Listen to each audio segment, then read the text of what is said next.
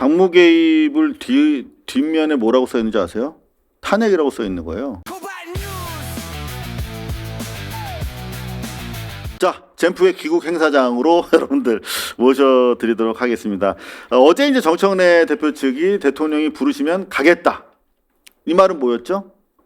지난번 출국 시에서는 안 불러서 못 갔다. 이걸 자백하는 셈입니다. 어찌됐든 간에 뉴스원에 따르면 이 대통령 귀국 행사에 정청래, 김민석 모두 참석, 당청 갈등설 일단 봉합. 네, 일단 뭐 대통령이 통큰 그림을 보여주려고 다 부르신 것 같은데요. 자, 근데 남는 건 이 한 장의 사진밖에 없습니다. 어떻게 할 거야?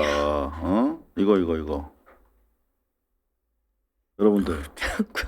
한국말에 과공 비례라는 말 있죠. 또 이렇게 하면 젊은 분들 요새 잘 모르지. 과공 비례. 예의가 지나치면 예의가 아니다.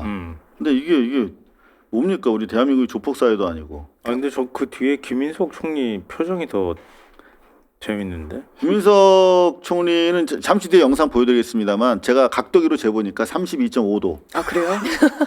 그리고 보기에 비해서 우리 정청래 대표께서는 뭐 존경하는 마음, 환영하는 마음을 더 담으셨겠지만 90도 정각이 나왔습니다. 네, 오늘 정청래 대표가 이렇게 맞이하러 나가기 전에 민주당 당직자분들 그리고 대표적으로 방송에서 언급한 분은 서용주 대변인으로 알고 있는데 그분이 절대 하지 말았으면 좋겠다라는 어떤 의전을 나가기 전에 밝혔었어요. 미리 90도 인사만은 절대 피해달라. 아. 왜냐하면 이걸 악용하여 해석하는 경우도 있고 맞아요. 실제로 그렇게 해석이 돼버리면 이제 관용을 베푼 이재명 대통령 포용의 어떤 모습을 보여주고 싶어 했던 대통령의 의도가 조금 퇴색될 수 있기 때문에 이거 지양하셔야 된다라고 발언을 했었어요. 그런데 오늘 오전에 이런 모습을 딱 보이니까 아니나 다를까 좀 이거는 전쟁 선포의 2단계 다시 시전이냐라는 얘기가 나오기 시작했습니다. 그렇죠. 이제 자기 어떤 정치적인 그림을 위해서 사실은 행사장에 나간 것처럼 오해받을 소지가 많아서 그런 조언을 했을 텐데 맞습니다. 실제로 우리가 기억하는 폴더 인사는 요거죠. 둘이 사이가 좀 냉랭했을 때 눈오는 서천시장 화재 화재 사고 현장에서. 현장에 가서 만났을 90도. 때 이런 식으로 인사를 했잖아요. 이거 일부러 이렇게 하라고 시켰다는 얘기도 있어요. 그러니까 왜냐하면 그때 그 전까지만 해도 바락바락 대들었거든. 그렇죠. 근데 제가 각도기로 재보니까 요거는 88.2도 나오더라고요. 예? 이게 88.2도예요? 네. 이번에 완승을 거뒀습니다. 판정승이 아니라 확실하게 정청래 대표가 한동훈을 꺾기 위한 뭐 그런 또 계략이 있지 않았나 그런 생각이 좀 듭니다. 마치 조폭도목한테 맞은 행동대장을 보면서 안쓰러움을 느껴야 되는 건가요? 그 안쓰러움, 이른바 그 피해자 코스프레가 필요했을 수도 있다 하는 판단도 개입되지 않았을까? 자, 과연? 저는 이 자꾸 면발 이 사진 자꾸 보여드리는데 이게 주는 어떤 기괴한 느낌만큼이나 오늘 우리가 나름대로 우리 사회가 문민화되고 상식화 되어가고 있다라고 생각했는데 공항에서 저런 과도한 인사를 보면서 네. 이런 또 기괴함이 좀 느껴졌습니다. 실제로 평상시에 품이 이러셨어요. 요게 이제 지난번 대통령 베트남 인도 귀국 시에 목례입니다. 15도 정도 기울어져 있죠. 제가 이때 뭐 이게 더 세게 인사했는데 일부러 요것만 고른 게 아니에요. 제가 보여드릴 겁니다. 영상을. 그런가 하면 싱가포르 필리핀 귀국 시에도 요 한 20도 정도. 그죠? 요게 이제 표준이지. 문명사회 표준.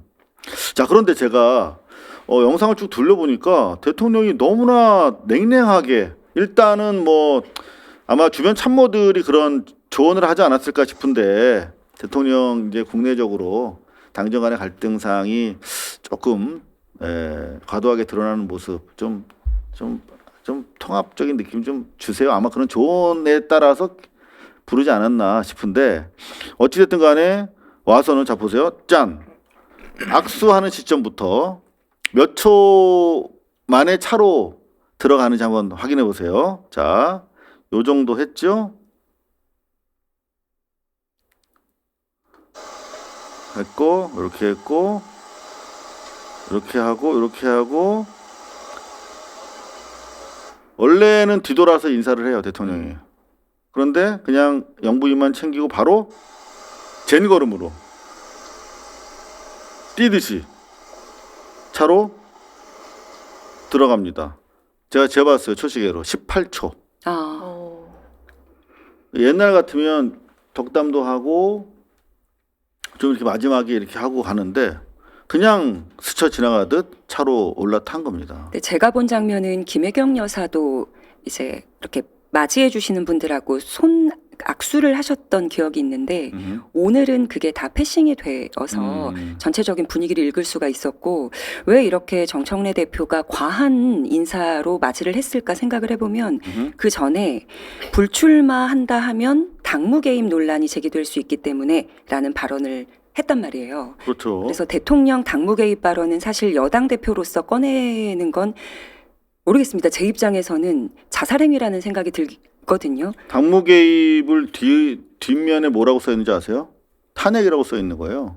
당무 개입 이코르 탄핵이라는 겁니다. 그래서 함부로 입에 오르내리게 하면 안 되는 거거든요. 근데 그 얘기를 했다는 것은 대통령이 협박을 하는 거죠. 내가 당신이 탄핵 안 되는 방법은 내가 나가는 거야. 그러니까 나 말리지 마. 이런 거거든요, 지금. 그러니 심정이 복잡하셨겠죠. 통합도 생각해야 되고 당의 분열도 막아야 되는데 그렇습니다. 지금 이런 행위를 보이고 있는 이런 발언을 하고 있는 민주당 대표에 대해서 나는 어떻게 행동 액션을 취해야 될까 굉장히 셈법이 복잡해지셨을 것 같습니다. 네, 베트남 인도 귀국 시의 악수 모습인데요. 이날은 대통령 많이 웃고 방금 말씀하신 것처럼 김혜경 여사도 악수도 하고 그럽니다. 2배 정도 느린 속도로 차에 오르는 걸 저희가 확인할 수가 있었는데 자, 보시면 자 여기서 인사하죠. 두 손으로 악수 눈을 다 마주칩니다. 천천히. 근데 아까는 눈도 제대로 마주치지 않았어요. 짧게 인사도 나누고 김혜경 여사도 악수하죠. 지금 보시는 것처럼. 과연 김혜경 여사 자의로 악수를 안 하고 지나쳤겠는가. 그리고 천천히 걸어갑니다. 천천히 그리고 돌아서서 네, 인사 다시 하고 천천히 오릅니다. 자, 요게 33초예요. 아까 18초 정도 걸렸으니까 2배 정도 더 여유 있게 사실 차에 들어갔고 싱가포르 필리핀 귀국 시 화면도 좀 보여드리겠습니다. 이때도 천천히 들어갑니다. 자 보시면 지금 뭐 다 도열해 있습니다. 여기도 지금 아까도 보셨지만 정청래 대표도 같이 있습니다. 자 보시면 총리 여사님도 같이 악수하죠. 정청래 대표 눈 마주치고 하나하나 실장 수석 차관. 네. 자, 천천히 가죠. 뒤 돌아보면서.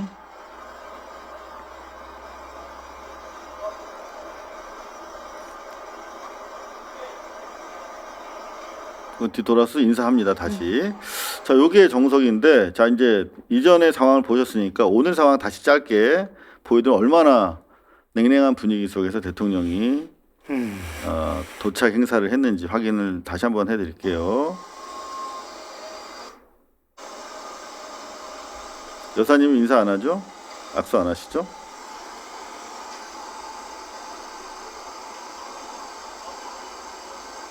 자, 빨리 갑시다 여보. 딱 그런 분위기잖아.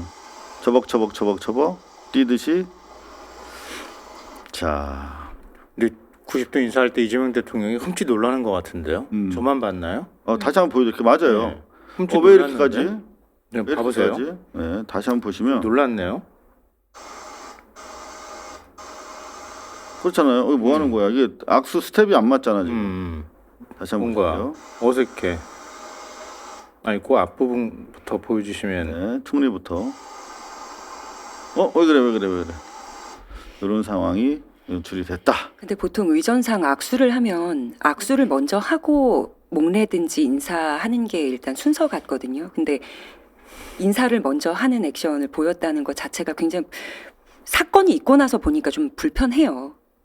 그냥 자, 가감 없이 앞에 말씀드리는 영상도 보면 알지만 우리도 보통 자연스럽게 고개를 숙이면서 이렇게 손을 내밀면서 네. 같이 이게 악수가 동시에 이루어지거든요.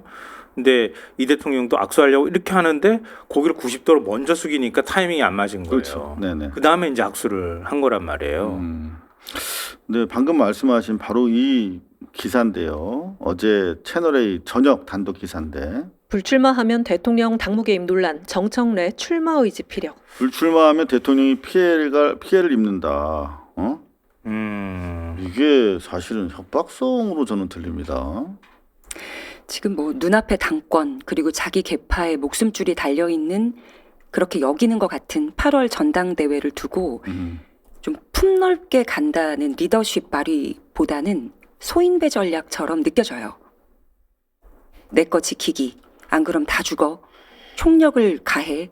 그게 외부의 많은 당원들의 스피커 역할을 하면서 그쪽에 정보를 주던 미디어 권력과 함께 연대해서 같은 목소리를 내고 있는 것처럼 보여서 그 부분에서 여당답지 않다. 민주당 스러움을 늘 강조를 하신 분들인데 민주당답지가 않고 대통령이 내가 모두의 대통령이 되고자 한다라고 했으면 대통령을 배출해낸 민주당 입장에서는 아 그래 과거에는 어땠을지 몰라도 우리가 큰 여당이고 그럼 우리 역시 모두의 민주당이 될 수 있도록 노력해야 돼 이렇게 스텝을 같이 맞췄으면 얼마나 좋았을까라는 아쉬움이 좀 남습니다. 네. 자, 그런 취지로 또 박시원 의원도 한 말씀 하셨네요. 서울신문입니다. 대통령이 잘했는데 당이 잘못했다면 당연히 물러나야. 네. 그런데 지금 상황 정청래 죽어도 나갈 것. 그래서 골든타임 망치면 안 돼. 자제해라. 시원 이 할아버지 의원님 이 말씀 어떻게 생각하세요?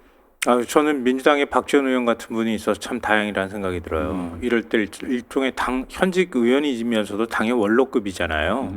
이렇게 정치를 오래 해온 정치 구단인 분이 조언을 해줄 수 있잖아요.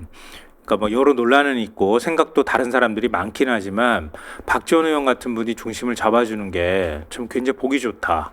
제가 최근에 보수 인사하고 같이 할 기회가 있었는데요. 부럽다고 하더라고요. 국민의힘에는 저렇게 얘기해 줄 사람이 없다는 거예요. 그렇죠. 그러니까 민주당이 사실 옛날에 우리 이해찬 고문님 계실 때 그쵸. 같으면 또 네. 더 우리가 풍성한 이럴 때 딱 한번 정리해 주면 기회를 되거든요. 구할 수가 있었던 상황인데 어떻게 생각하세요? 하은기 소장님 보셨을 때는 이 정도 조언을 해준다는 게 사실 애정 없으면 이런 얘기 못 하는 거 아닙니까? 괜히 뭐 나설 필요가 없는 거잖아요. 뭐 애정이야 뭐 제가 계량이 안 되는 거니까.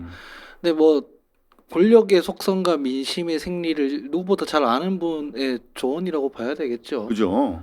그 보수가 주류이던 시절에 지금 더불어민주당과 같은 모습을 많이 보였던 적이 있습니다.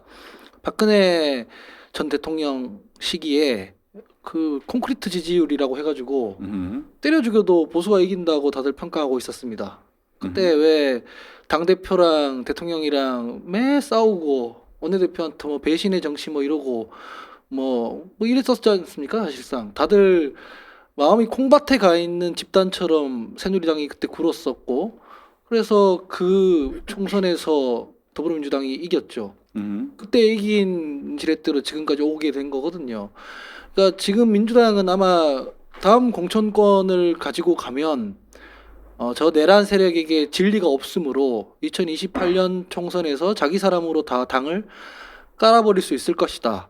그러면은 나는 더 높이 올라갈 수 있겠지 이렇게 생각하는 사람들도 아마 있어 보여요. 근데 그렇지 않거든요. 2028년은 이재명 정부 임기 1년 남겨둔 시기고 지금 정부를 성공시키지 못하면 공천권 가져가도 그때 집니다.